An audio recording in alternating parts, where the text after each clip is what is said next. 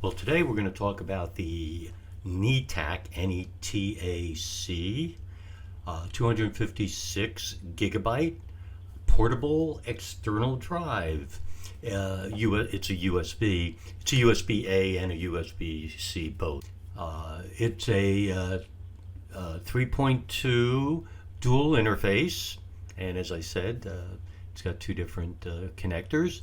And I've got it to replace what I had was a Western Digital My Passport, and it was getting slower and slower and slower. So I was just hoping that getting something as small as this and the advertised speeds, etc., would be worthwhile. And we'll see how it is. I got it for $29 on Prime Day, another one of my Prime Day deals. And actually today, which is weeks later, it is still $29. It's down from $36 to $39 during the year as you track prices. So it's still there. And if you need an external drive, with both inputs as far as USB-A and C, you may like this. So watch along with me as we go ahead and set this up in our Tesla Model 3 2020 edition. Well, here we go. We are going to set up for our Tesla Model 3 the Netac, N-E-T-A-C, high-speed flash drive. This is 256 gigabytes.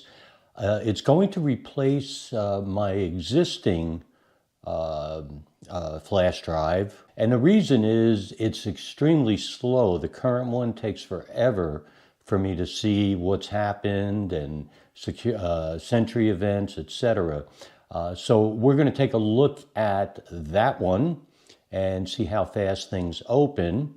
And then we'll take a look at this one. So let me take you through the steps. They're really rather simple. So I am going to format the drive in my Microsoft Surface. Well, here it is. And I've put it into my Surface here on the left using the C adapter, because that's all I have is two C ports on the Surface. I've dimmed this a bit and hoping that will help you.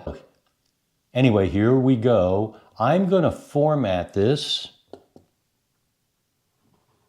And so I'm going to format.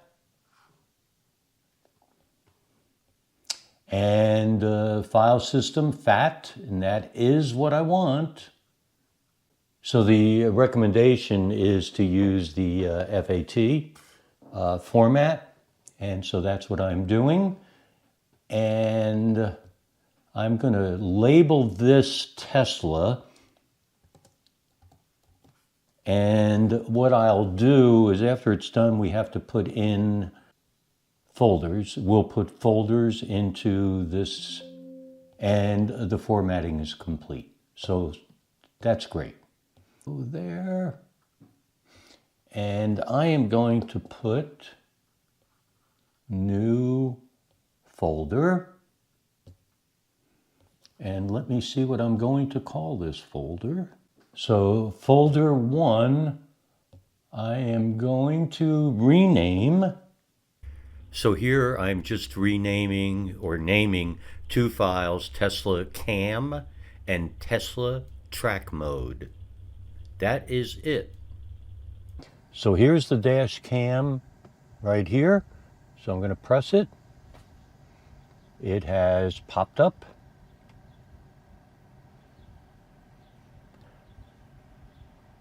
And it is spinning and spinning and spinning.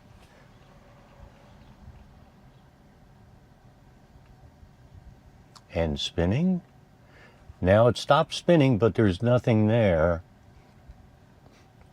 So I don't know if the new flash drive will help with this, but you could see how long I have to wait. And there, finally, it has opened up. And so I could look here, and I could see, here I am parked, so, and it was a Sentry item.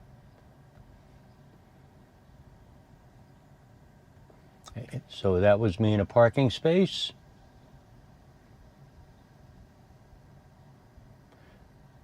Now, let me go here and look for a dash cam. So here's some dash cam footage, and there you go. You could see here as I'm driving, and again, most of you know already that you could see the rear, the right side of the car, the left side of the car. So you saw the issue, which was the booting up of the drive. Will that change? Well, we're going to see. First thing I'm going to do is I'm going to show you the old drive I've been using, and that'll give you an idea.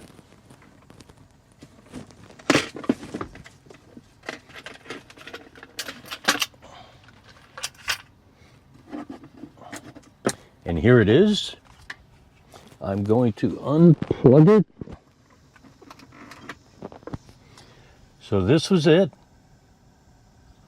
And as you can see, it's a Western Digital My Passport, and it's actually very large. I believe this was 500 gigabytes. Let me check here. I don't see it on here, but I'm pretty sure this was 500 gigabytes. So this was a very large drive. I don't think I needed that much, but that's what it was. So next step is we're going to simply plug in our new drive, our Netac, Netac.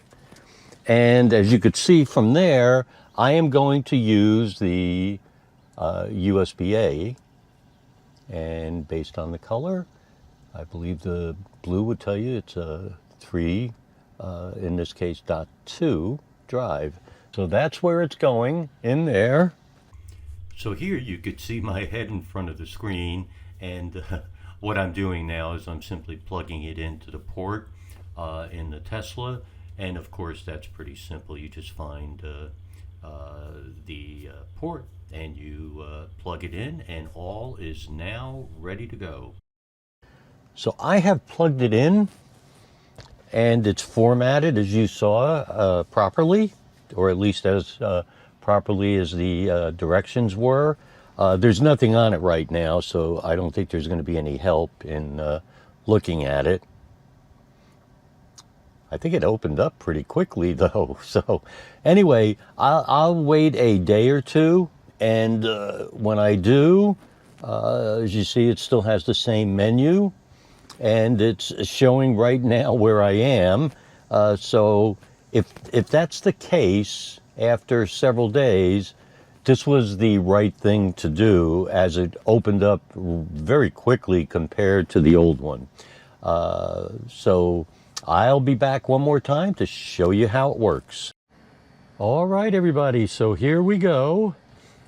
I do have a couple of items now on my cam.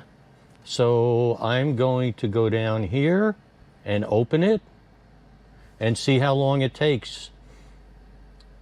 You'll remember originally, oh, that's so much faster. Wow, very, very fast. So this is good. I'll go up here, and as you could see, I have a bunch of things here.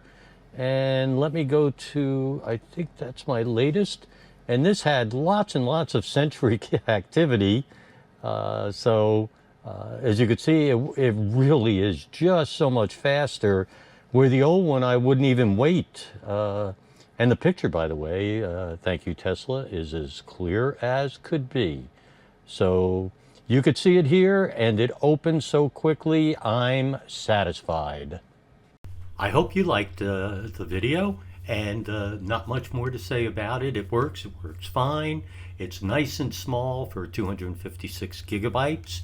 Having both an A and a C connector makes it much more flexible. So it's after about 3 weeks, I'm happy with it right now. And if anything changes greatly, I'll update this. But in the meantime, looking good.